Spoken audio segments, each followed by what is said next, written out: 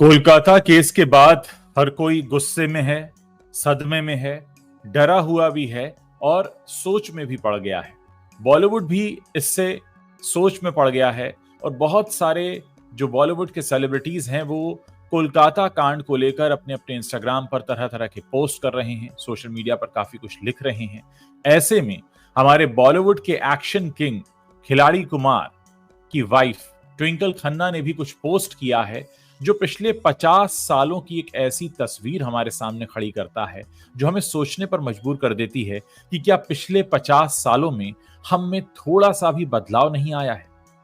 Twinkle अपने social media handle पर लिखती हैं कि मैं अपनी बेटी को वही सिखा रही हूं जो 50 साल पहले मुझे सिखाया गया था कि अकेले कहीं मत जाना, कहीं ऐसा ना हो कि तुम लौट कर वापस आ ही ना पाओ। लोग जब इस पोस्ट को पढ़ रहे हैं तो सोच रहे हैं कि हम अक्सर जब कोई घटना होती है तो ये मानकर चलते हैं ये जो घटना हुई है इसका असर आम लोगों पर होगा, गरीब लोगों पर होगा, जो मिडिल क्लास है उस पर होगा। लेकिन आप सोचिए कि बॉलीवुड का एक स्टार जिसके पास न पैसे की कमी है न ताकत की, उसके बच्चे भी इसी तरह डर कर जीते हैं। आप अंदाजा लगा सकते हैं कि कोलकाता केस के बाद देश का माहौल क्या हो चुका है।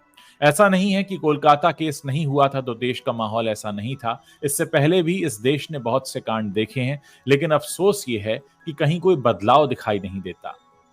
इस बार फर्क बस इतना है कि बॉलीवुड के लोग भी बढ़ चढ़कर बोल रहे हैं, इस बात को महसूस कर रहे हैं कि खौफ कितना बढ़ चुका है।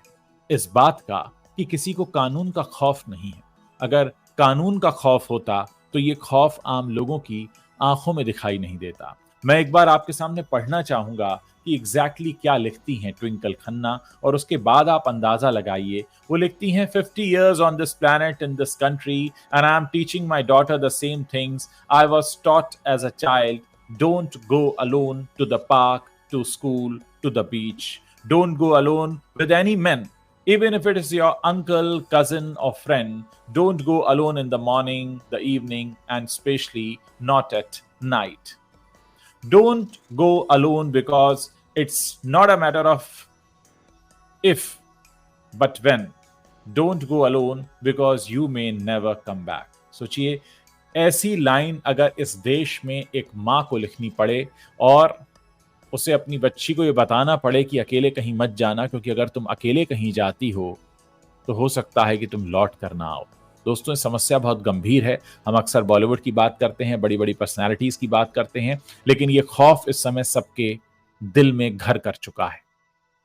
मैं आपसे जानना चाहता हूं कि इस पूरे सिनेरियो को ठीक करने के लिए और लोगों के बीच ये भरोसा दिलाने के लिए कि हां, हमारी हिफाजत में कोई है जो हमारे घर की बच्चों को, बेटियों को, बहनों को इस तरीके से खौफ में नहीं जीने देगा, क्या करना चाहिए सरकार को?